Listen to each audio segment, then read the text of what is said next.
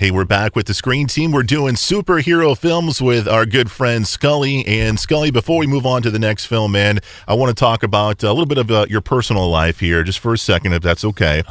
I've known you from way back in the days when you played in Driving Rain, but one thing I didn't know about you is your love for acting. You love to act, and you've been in so many local productions and regional productions and some independent films as well. Can you tell the folks what you've been in and what you're working on coming up? Oh, man. Well, I got my first chance at it in 2007 when I was one of 4 main characters cast in a movie called Miller's Tale. Mm-hmm. And we were fortunate enough to get that thing seen on the big screen in Warrenburg, and that's awesome. Yeah, it really put my face out there as an actor to everybody, and suddenly I was getting calls from the area. So anytime there's a short film fest or something coming up, hey, call Scully. So I love it. Yes, absolutely. Please, I beg to be in that first movie. To get a role in a movie, and it was so natural to me. It comes so natural to me, and I guess it looks so natural on me on camera that I've been able to branch out so well. So I decided in 2016, well, let me try to take this up a notch. I kind of put, you mentioned Driving Rain. Driving Rain's not a disbanded thing or anything, but Driving Rain is on a hiatus because Timex is doing some great stuff with Dr. Feeder and the Venus Flytrap, and so we're all doing different things. So I decided 2016 to amp things up and put my face out in St. Louis, and I was busy all year long. I was in award-winning shorts and another couple of features. Getting ready to be released is I just finished filming my final scene on a movie called Interview a Monster. Okay. It's no secret now, so I'm pretty sure I can say things. Interview a Monster. It stars Tom Green, right? Survivor man Les Stroud, Bigfoot enthusiast Stacy Brown.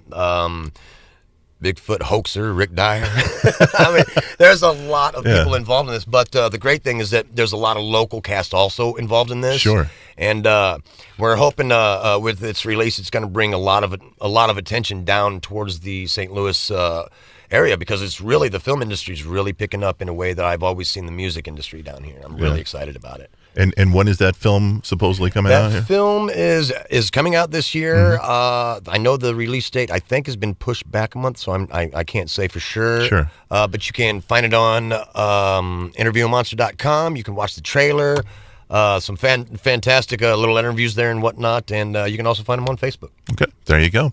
Scully, this next film that we're going to review, out of all these films, I think this was the one that you're most excited to do. It's called Batman Beyond, Return of the Joker, an animated film from Warner Brothers. And what is it about this particular film that gets you so excited? I love this movie.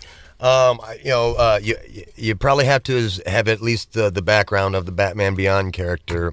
There was a short movie, a pilot called Rebirth, that brought in the idea of Terry McGinnis. You have an older Bruce Wayne who's retired about 10 years out from the Batman scene after a bad incident that he had. And this young Terry McGinnis stumbles upon him, sort of breaks into the Batcave and steals a suit. And by the end of the movie, you get acceptance from Bruce for Terry and whatnot, and we have this team where Terry's out being Batman and he's being monitored by Bruce Wayne via his screens and whatnot. Well, then you get Batman Beyond: Return of the Joker, and I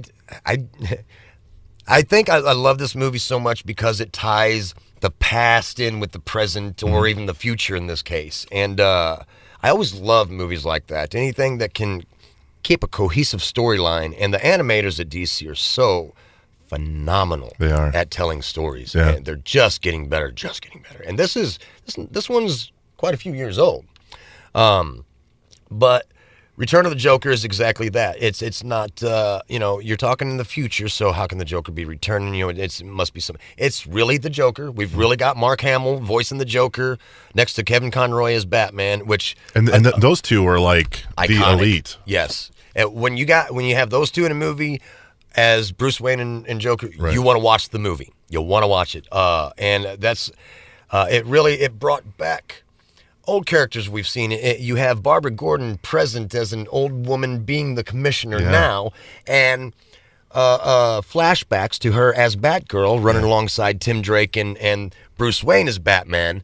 And, you got Harley, you got the Joker then, you got the Joker now. And everything comes together in a very, very, very well-told story. And there's new characters in there.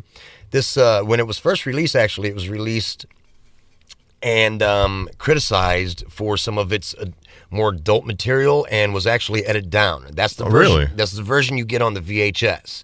When you buy anything you buy now, well, we have the full version. We're a little less sensitive nowadays, they say. So you get the, and it's very funny to me, some of the small changes you can sense in what they considered too much. There's one word, there's one moment where the Joker says, brave new world that has such yutzes in it. That was the original. When they released, okay, we're not going to edit anymore, the word was changed to putzes. That was the original word, was putz, but it was considered a little too vulgar. Right. So we changed it to yutz. That's fantastic to me. There's great extra bits in there, and again, the storyline. I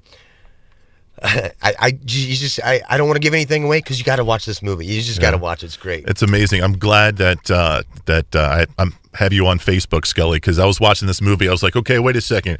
Is Tim Drake the second or third Robin? Well, I was using you as my encyclopedia here, man. So what I found interesting about this film was the fact that usually when you watch superhero films or films of this kind of, they follow a pattern and they are kind of predictable. This one to me wasn't.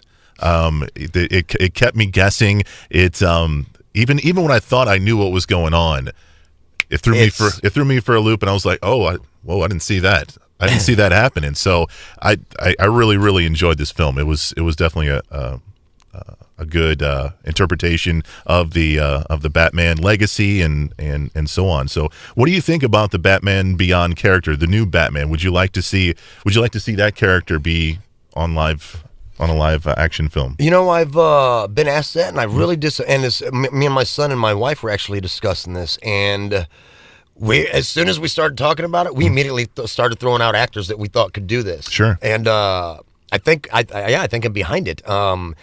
What a fun portrayal it could be. And the funny thing is I don't even know if this would work, but when my son asked me, who do you think, Dad, could pull off Terry McGinnis? Yeah. The first cat to jump to my head, and I think it's because of the a past movie he's in, is Liam Hemsworth, because of his role in Tron.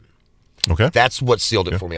He jumped to me immediately. I'm like, you know what? And he's just at the right age. I think he could pull it off. Sure. My son had a couple other ideas. I'm trying to remember who he thought was number one, but I think it could be a good mix and it could work, especially when you get, let's say we get past what we're doing right now in the DC universe. Mm-hmm.